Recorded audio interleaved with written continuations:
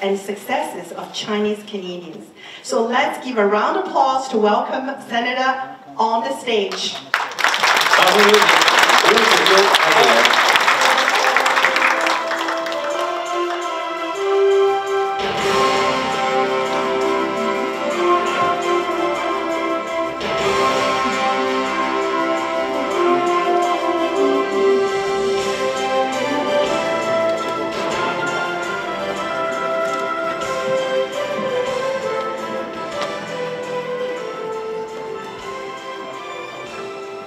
Good afternoon. Let's give a round of applause to the two MCs. They are working hard today.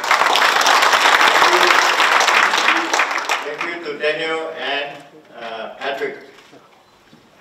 It is my great honor to join you here today, this afternoon, for this important gathering. Why? Because it is year-end. When we are year-end, we look at what happened for the best of the whole year. Today, I'm very pleased and honored to be invited to be here to join you for a keynote speech about what's happening for the whole year, or maybe the past 100 years, I say, about Chinese Canadian. Of course, today join me for the second person of the keynote speech is Tammy Mercer. Tammy, outstanding lady from the insurance industry that is holding a $3 billion portfolio. Let's give her a round of applause.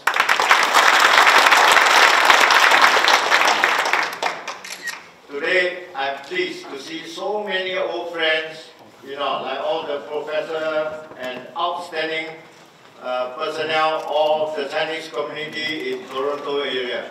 It is incredible to be able to join you this afternoon. So I would like to say, I want to thank the Confederation of Chinese Alumni Association for inviting me this afternoon for the 5th anniversary celebration. And again, it is a great day to be able to join all of you, only when it's 2 weeks away from Christmas. Before starting my remarks, I would like to recognize the work of CCAA, which for the past 5 years has been fostering fundamental values like volunteerism and multiculturalism among Chinese Canadians and across the country, in the GTA and across the country. Thank you for your service to our community, and may you all celebrate many successful years to come. My friends, as this milestone comes to an end, I would like to speak to you about recurring, but nevertheless important, time for me, the resilience and the success of Chinese Canadian community. As many of you know, this year we commemorated the 100-year anniversary of the Chinese Exclusion Act, a profoundly damaging legislation passed in 1923 that effectively prohibited Chinese immigration to Canada. And can you believe it? 100 years later, I'm the senator for the Senate. And that's 100 years ago, the same chamber I'm serving now is the chamber who actually passed that bad legislation act that affected many of our Chinese generation for many years.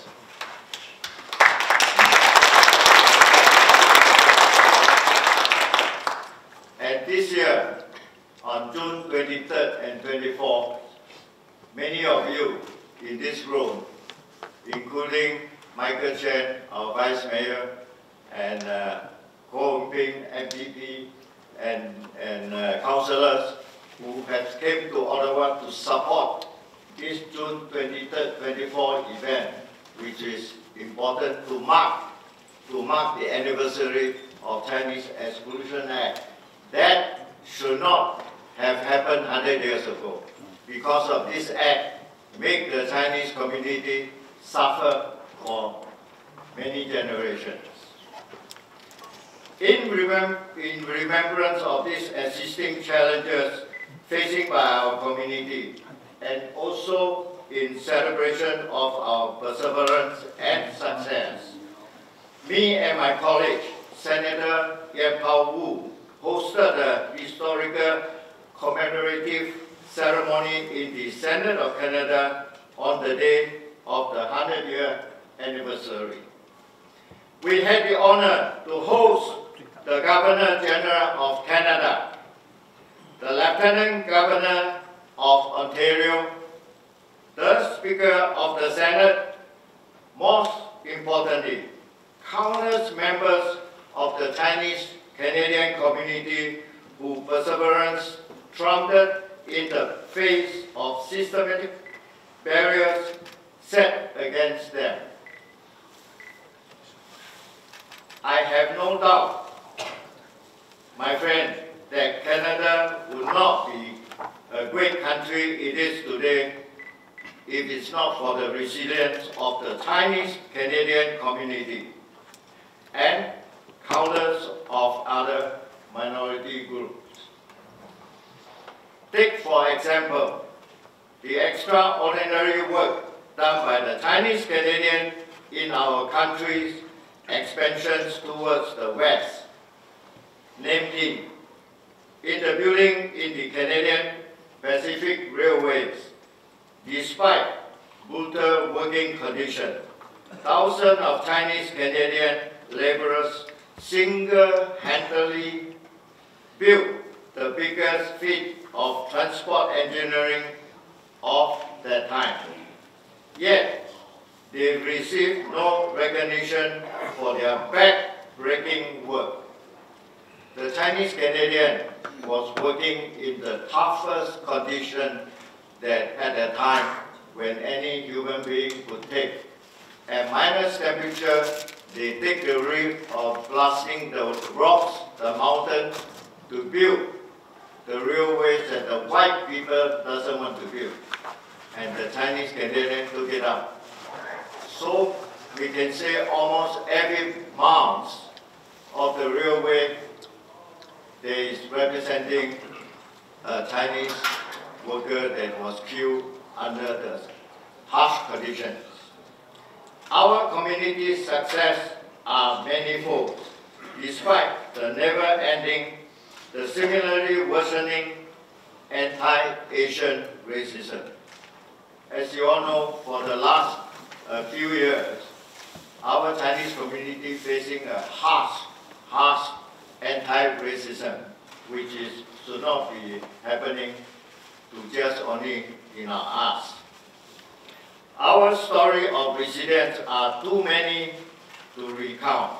Take, for another example, Lieutenant Commander William King Roy, who despite being denied enlistment in the Royal Canadian Navy multiple times due to his ethnicity, went on to make history as the first officer of Chinese descent in any of the Commonwealth navies.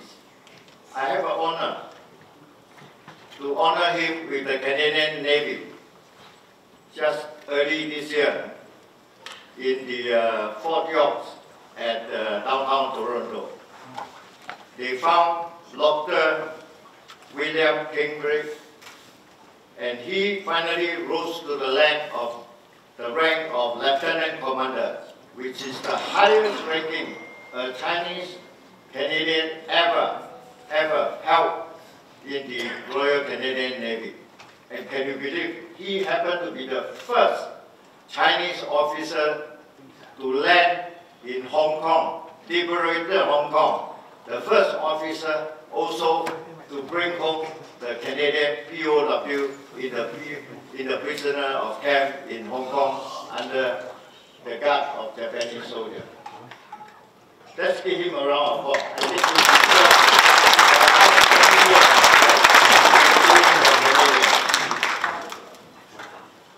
My friends, William Lloyd's story is one of the many exemplifier our community incredible resilience and demonstration.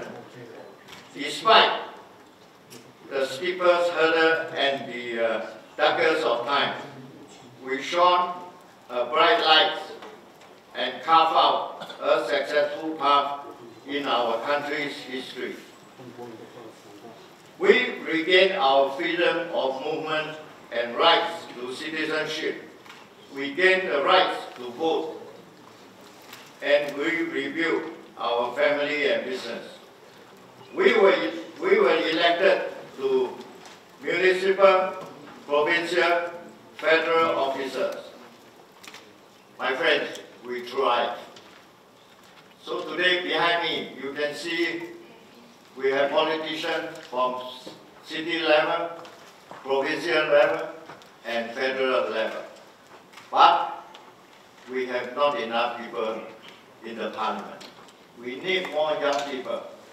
In my time, I hope I will be able to carry grooming our young people to take part in politics. We need the voice in the parliament.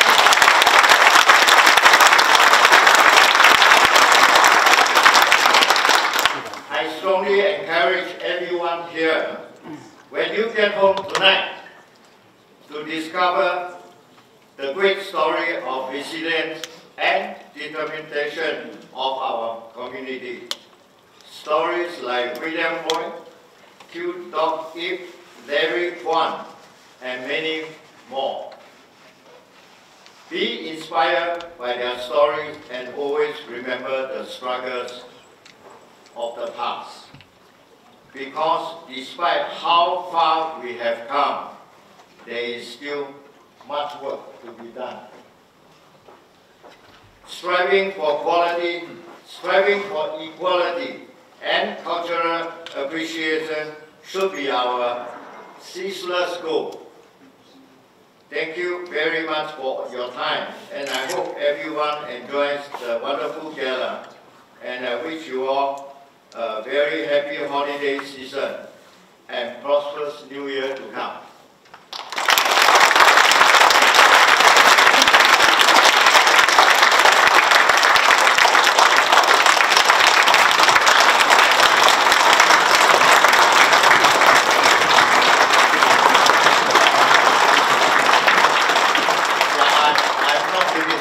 Say a few words in Mandarin. Please sit down.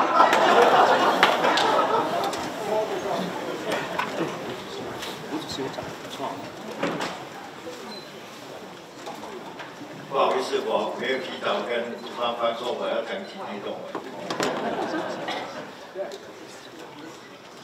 大家下午好。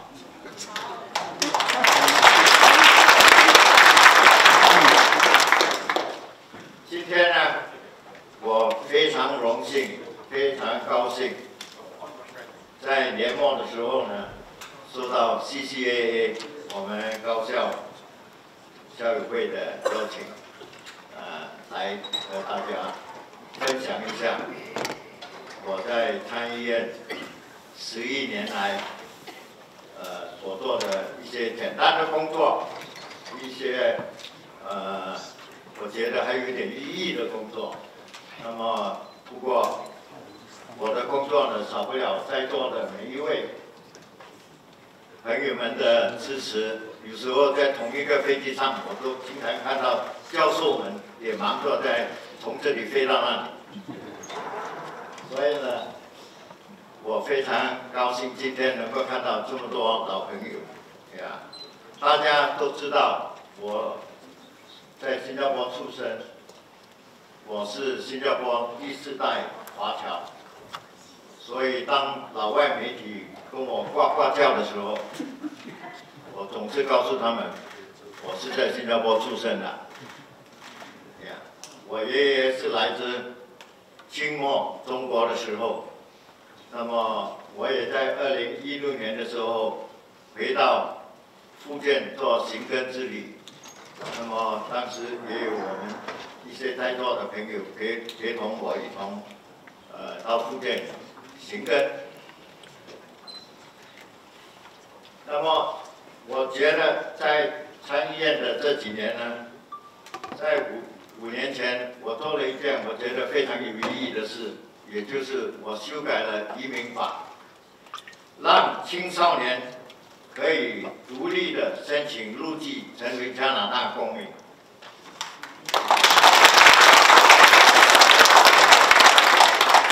只要青少年是加拿大移民，18岁以下，可以不需要跟父母亲一起申请入籍。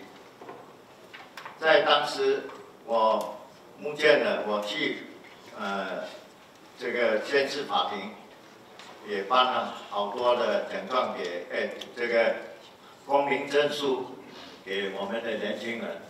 那么现在也有这些第一期拿到的，已经在美国、在加拿大各地念大学，我非常的高兴。相信到今天为止，应该有好几万的年轻人成为加拿大公民。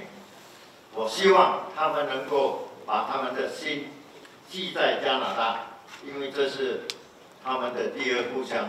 他们也有些在这里从小就在这里长大，那么这对加拿大将来会有很大的帮助。我能够走到今天呢，当然少不了我们华人社区的朋友们给我的支持，还有很多在我背后的我的政要朋友们，大家对我一路以来的相助跟爱护。今年我们做了一件非常有意义的事，也就是6月24号、6月23、24两天，在渥太华，我们铭记历史。为什么呢？因为这个历史呢，在100年前呢，加拿大的参议院出炉了一条新的法案，禁止当年在加拿大帮助加拿大开国建设 CP Rail， 也就是太平洋铁路的那段历史。如果当时没有那几万华工从中国过来修建那一段白人不愿意修建的铁路，我们今天没有加拿大。西部的4个省份呢，将会加入成为美国的一部分。所以也就是因为，所以我每一次跟我的同事们讲，我们华人其实在加拿大对加拿大的建国扮演了一个非常重要的角色，可能比其他的主义还更重要。鼓掌！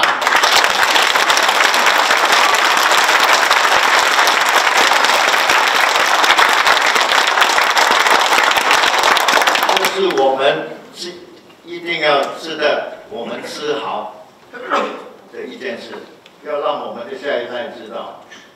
可是这一条法案呢，结果造成了伤害了很多当时我们华裔的家庭，伤害得非常厉害。因为所有那些员工到后来，他们的夫人都不能够移民到加拿大来，很多在这里就孤苦伶仃的留下来。你知道谁帮了我们吗？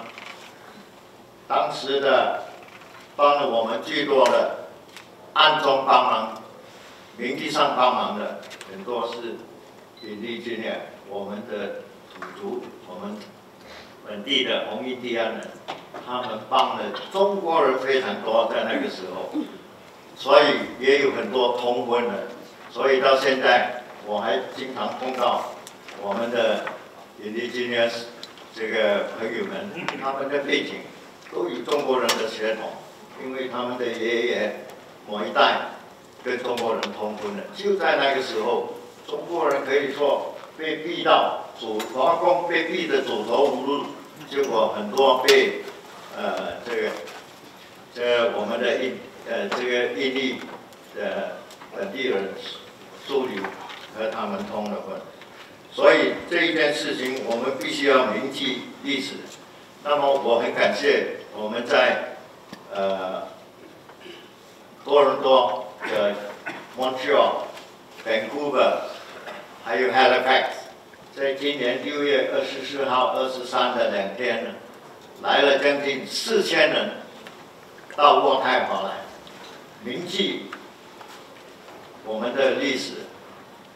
我非常感动，这么多人来，只带来了一面加拿大国旗，表示我们是效忠加拿大，这是我们的第二故乡。鼓掌！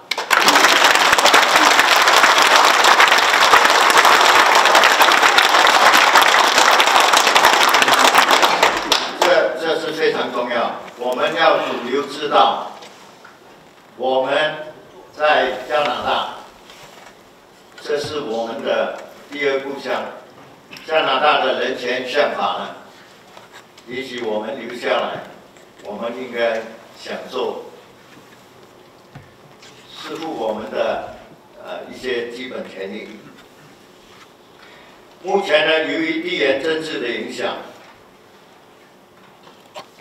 使保护主义抬头，跟以前我追随总理哈珀10多年的时候的情况完全不一样。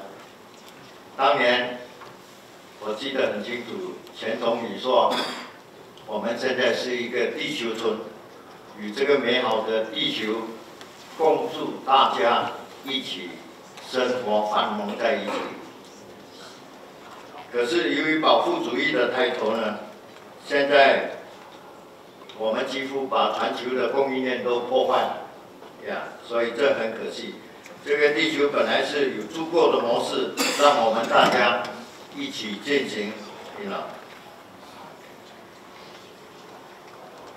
加拿大是由多族裔组成、奉行多元文化的国家。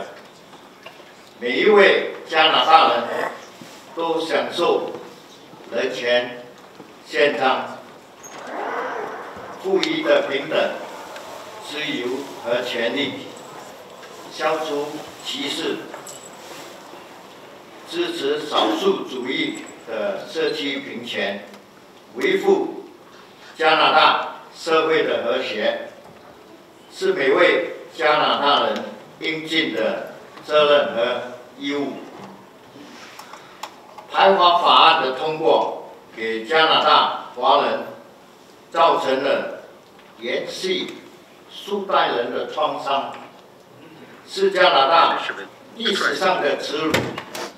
我觉得这是最不应该加拿大历史上对华人、对当时的华裔做出的这个决定。